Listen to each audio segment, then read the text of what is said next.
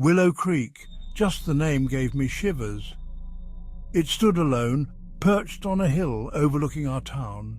The house was dark with boarded-up windows like vacant eyes. Vines, thick and gnarled, seemed to be strangling the house, reaching out like skeletal fingers.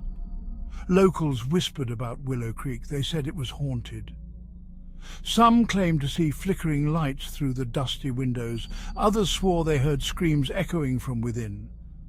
No one dared to go near it. One humid summer afternoon, I found myself staring up at the creepy manor. My best friend Max stood beside me. He dared me to go inside. "No way," I said, my voice trembling. "That place is creepy." "Scared?" Max taunted, nudging me with his elbow. My heart hammered in my chest, but I couldn't refuse his challenge. I took a deep breath and took a step closer to the house. We approached the house slowly. Each step crunched on the overgrown pathway, the sound echoing in the stillness.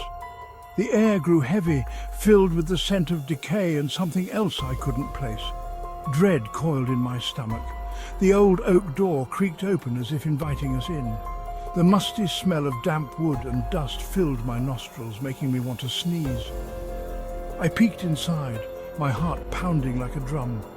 Cobwebs draped the hallway like ghostly curtains. Dust covered everything. Shadows danced in the dim light, filtering through the cracks in the boarded-up windows. "See, nothing here," Max said, trying to sound brave. His voice echoed eerily in the silence. I wanted to turn back, but I'd come this far. We took a tentative step inside. The floorboards groaned under our weight. I jumped, my heart racing. Just the house settling, I told myself. We crept down the hallway, each step echoing in the silence. The air grew colder, raising goosebumps on my arms. A low hum vibrated through the house, sending shivers down my spine. "Did you hear that?" I whispered, my voice barely a breath. "Hear what?"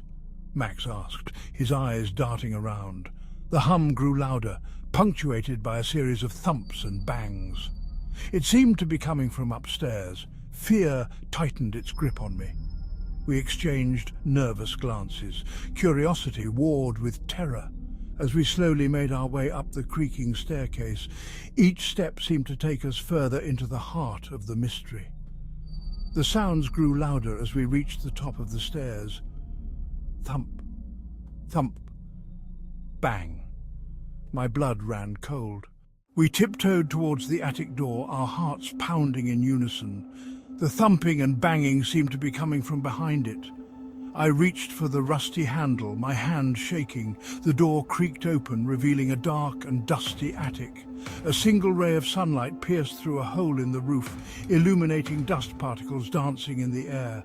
The air was thick with the smell of mothballs and something ancient. "Hello!" I called out, my voice trembling.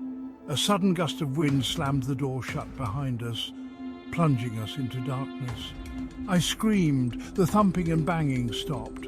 Silence descended, heavy and suffocating. Then we heard it, a soft, mournful cry. It seemed to be coming from the far corner of the attic.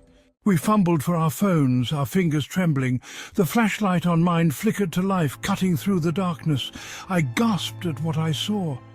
In the corner, a rocking chair swayed back and forth. Its shadow danced on the wall, growing larger and more menacing in the flickering light, but there was no one in the chair. A cold wind swept through the attic, sending chills down my spine. The rocking chair suddenly stopped. The mournful cry echoed again, closer this time. I spun around, my heart racing. That's when I saw it. A child's ball rolled slowly across the floor, stopping at my feet. Suddenly, the attic door slammed shut. We were trapped.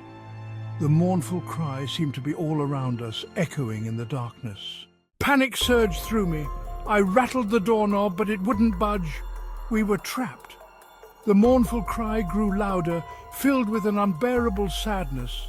Then, as quickly as it began, the crying stopped. The wind died down. The rocking chair stood still. Silence descended once more, but this time it was a comforting silence.